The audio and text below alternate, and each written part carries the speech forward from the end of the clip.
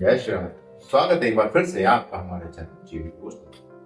कहानी पूर्णतः उस मोड़ पर आ गया जहां पे ये रामायण की पूरी घटना चरित्रार्थ की जाए। जिस घटना से शुरुआत हुई थी रावण वध की, या राक्षसों के अंत की शुरुआत हुई थी। क्योंकि राक्षसों का अंत तो प्रभु श्री राम जी पूरे कर ही रहे हैं, लेकिन राक्षसों के नेता सरदार का अंत जो है वो यहाँ से प्रारंभ। मतलब जितनी भी प्रजाति बची हुई है वो इस युद्ध में भाग लेंगी और धीरे धीरे समाप्ति की ओर जाएंगी, क्योंकि इसके पीछे का एक मोटिव होना चाहिए था कि क्यों जाना है युद्ध करने। तो असुरों के पीछे तो मोटिव यही था कि भैया खंबा हो, भैया बुलाए खंबा में अब और दूसरा हमने देखा कि सुग्रीव इसका पार्ट कैसे बनेंगे, क्योंकि प्रभु श्री राम जी का कार्य था धर्म की स्थापना। हाँ, जहां जहां अधर्म हुआ है वो वहां वहां गए और उनको सुग्रीव की सेना की आवश्यकता थी।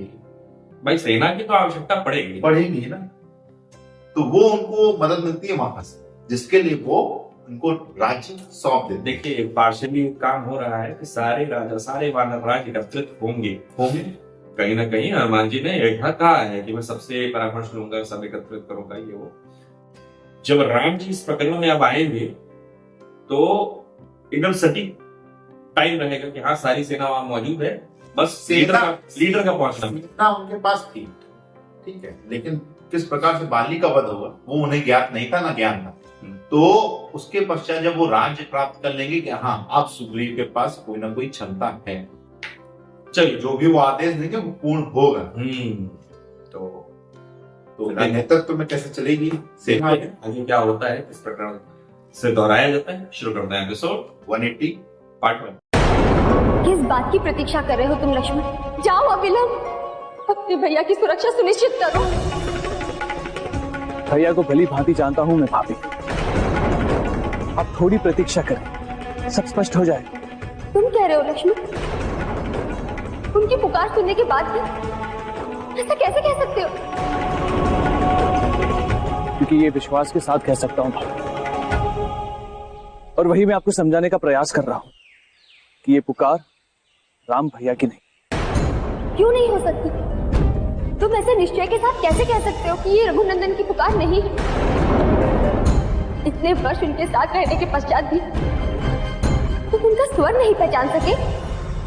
भैया की प्रत्येक श्वास से परिचित हूं मैं भाभी, उनकी पुकार ही नहीं प्रत्येक स्वर मेरे अंदर रचा बसा है। निंद्रा में भी उनके स्वर को पहचान सकता हूं, और इसलिए विश्वास के साथ कह सकता हूं कि इस प्रकार की पुकार भैया की नहीं। फिर किसने पुकारा उनके स्वर में? कौन ऐसा करेगा और क्यों? मेरा अनुमान उचित था भाभी, ये वो मृग है और ये पुकार भी मायावी है, इससे हमें विचलित नहीं होना चाहिए। लक्ष्मण, तुम्हारी बातों में ये विरोधाभास कैसे? एक और तुम कह रहे हो कि ये उस मृग की मायावी शक्ति हो सकती है, और दूसरी ओर तुम इतने निश्चिंत खड़े हो जैसे। लक्ष्मण, यदि वो मायावी शक्ति है तो तुम्हें शीघ्र ही अपने भैया के पास जाके उनकी सुरक्षा सुनिश्चित करनी होगी। ये कोई साधारण संकट नहीं है लक्ष्मण। तुम्हारे भैया किसी शरीर में फंस गए हो तो ये विचार करने का समय नहीं है लक्ष्मण। तुम अति शीघ्र यहाँ से प्रस्थान करो। निश्चिंत रहे भाभी, जो अब तक हम सबकी रक्षा करते आ रहे हैं, मैं उनकी क्या रक्षा करूंगा, जिनके एक ही बाण से ताड़का यमलोक चली गई, जिन्होंने अकेले महर्षि विश्वामित्र की यज्ञ रक्षा के लिए सहस्त्रों असुरों का वध कर दिया, जिन्होंने अपने पराक्रम और बल से महाबलशाली खर और दूषण और उनकी पूरी सेना का वध कर दिया,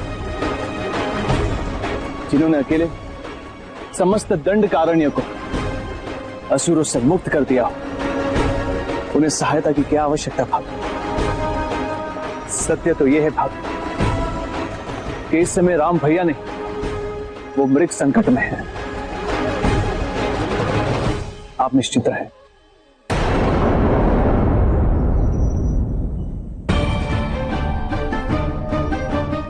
लक्ष्मण को क्या हो गया?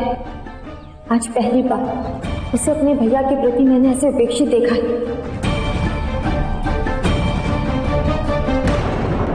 मैं उस अधर्मी पापी के हाथों नहीं मरना चाहता था, इसलिए मैंने आपके हाथों मरना स्वीकार किया। मुझे क्षमा कर दीजिए। मरीज, फिर तो रावण की योजना क्या है? क्या चाहता है?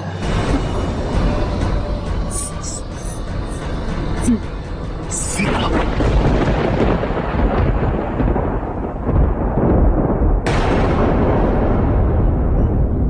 सीते।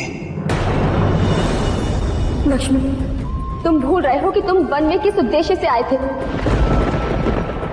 मान लेते हैं कि तुम्हारे भैया की वीरता और पराक्रम अतुल्य है, किंतु केवल मेरा संदेह दूर करने के लिए तुम अपने भैया की रक्षा के लिए नहीं जा सकते लक्ष्मण।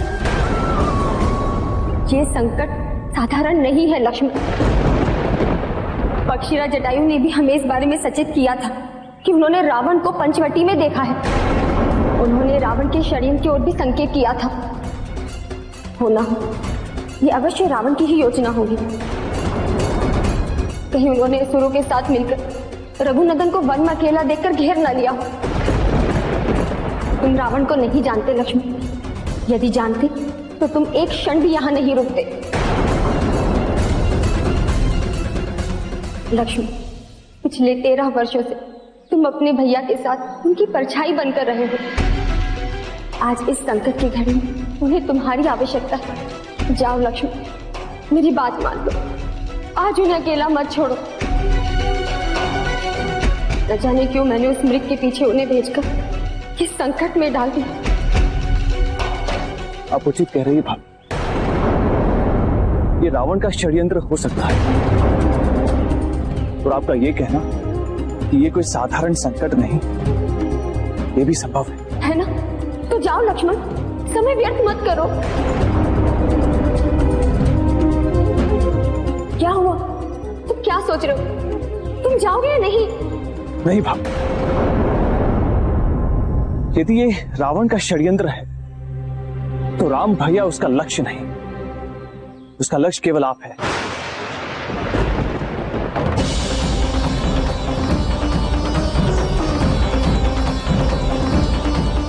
ये तुम कैसे कह सकते हो लक्ष्मण? यदि रावण को राम भैया पर आक्रमण करना होता तो पहले ही कर चुका होता, किंतु उसने ऐसा नहीं किया। वो लौट गया। वो किसी भी तरह राम भैया को आश्रम से दूर ले जाना चाहता था, और इसलिए उस मायावी मृग को भेजा ताकि वो निश्चिंत होकर इस आश्रम पर आक्रमण कर सके और आपको क्षति पहुंचा सके।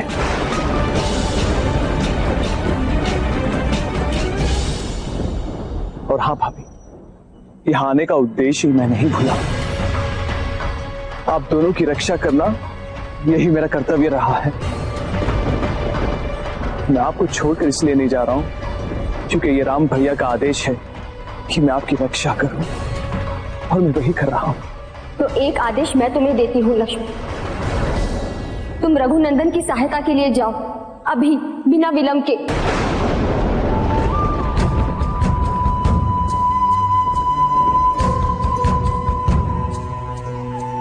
क्षमा कर दीजिए मुझे भाभी। ये भैया का आदेश है कि जब तक वो लौट कर ना आए मैं आपको छोड़कर कहीं ना जाऊं, किंतु आप मुझे आश्रम से दूर ना भेजें।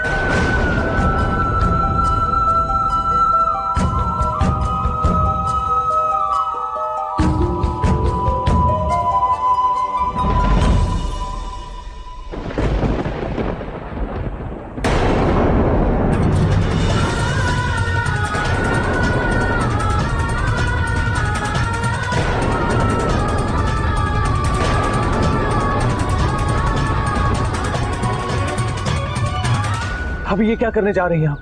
यदि तुम नहीं जा सकते तो मैं जाऊंगी रघुनंदन की रक्षा के लिए।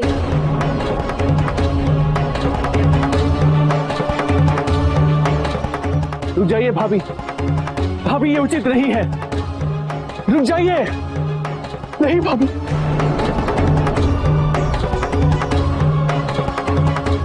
ऐसी परिस्थिति में आपका आश्रम के बाहर जाना उचित नहीं है भाभी। मेरे मार्ग से हट जाओ लक्ष्मण। नहीं भाभी, आप मुझे समझने का प्रयास तो करें भाभी। ये धनुष मुझे दे दीजिए, मैं आपको छोड़कर कहीं नहीं जा रहा हूं और नहीं मैं आपको इस आश्रम से दूर जाने दूंगा।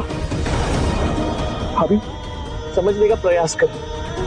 हमारी एक छोटी सी भूल जीवन भर का अभिशाप बन सकती है। आप अंदर जाइए।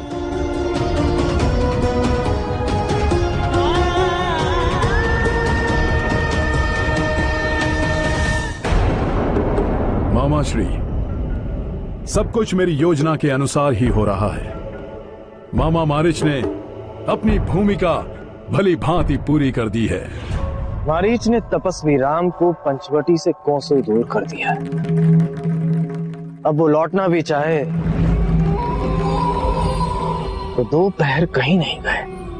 मामा श्री, ये तो प्रसन्न होने की बात है, आप चिंतित क्यों हैं? क्योंकि लंकेश, लक्ष्मण अभी भी आश्रम में उपस्थित है और उसके वहां रहते हैं सीता का हरण करना संभव नहीं है।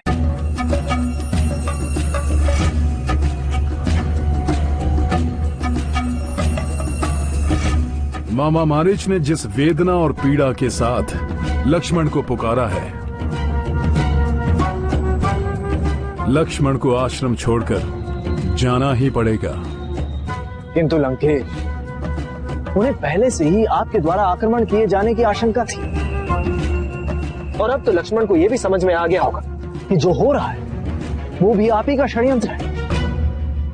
ऐसे में लक्ष्मण वो कुटी छोड़कर बिल्कुल नहीं जाएगा। जाएगा, अवश्य जाएगा। अकंपना, तुम स्त्रियों के स्वभाव से अनभिज्ञ हो। यदि सीता को विश्वास हो गया कि उसका पति संकट में है, तो उसकी सारी बुद्धि और चेतना शून्य हो जाएगी और वो मात्र अपने पति राम की रक्षा के विषय में ही सोचेगी।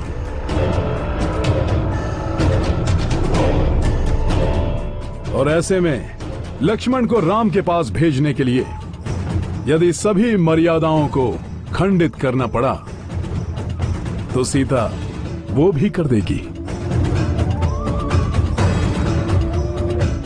मामा श्री, आप देखते जाइए, लक्ष्मण को आश्रम छोड़कर जाना ही होगा। रावण की एक बात पे आपने ध्यान दिया। रावण ने कहा कि तुम स्त्रियों को नहीं जानते हो कपड़ा। वो यदि ये जान जाए कि उनका पति संकट में, तो फिर क्या मर्यादा, क्या वचन, सब तोड़ देंगे। बुद्धि उनकी क्षीण हो जाएगी, शून्य हो। इसका जस्ट एक एग्जाम्पल हमने अभी अभी देखा है देवी रोमा के कंडीशन। उन्होंने अपने सारे बंधन, सारी मर्यादाएं त्याग करके किस तरीके से स्वामित्व स्वीकार कर लिया बाली का।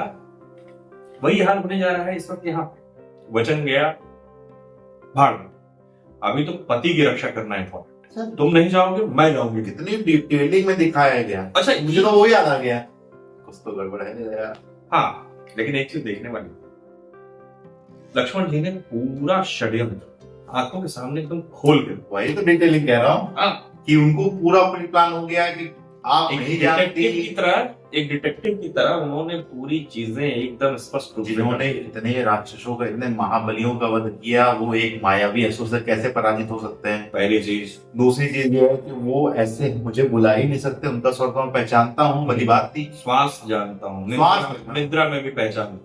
दूसरी तीसरी चीज कि ये प्लानिंग अगर हुई भी है तो ये उनके लिए नहीं, ये आपके लिए। क्योंकि अगर युद्ध करना होता तो वो तो कुटिया में भी कर सकते थे। मृग यहाँ तक आया, तीनों लोग मौजूद, राम जी स्पेशली गए, तो इसका मतलब राम जी को कुटिया से दूर करना था ताकि वो आप पे आसानी से आक्रमण कर सके। सारी प्लानिंग समझने के बाद भी वो गतिविधियां नहीं। उन्होंने कितना अच्छा कहा कि एक छोटी सी गलती हमें जिंदगी भर का श्राप बन सकती है, और वो वही क्या कर सकते हैं। चलिए फिलहाल क्या चाहते हैं कि ये एपिसोड करना होगा अपने समाप्त। शीघ्र ही मिलेंगे नए के साथ, तब तक के लिए राधे।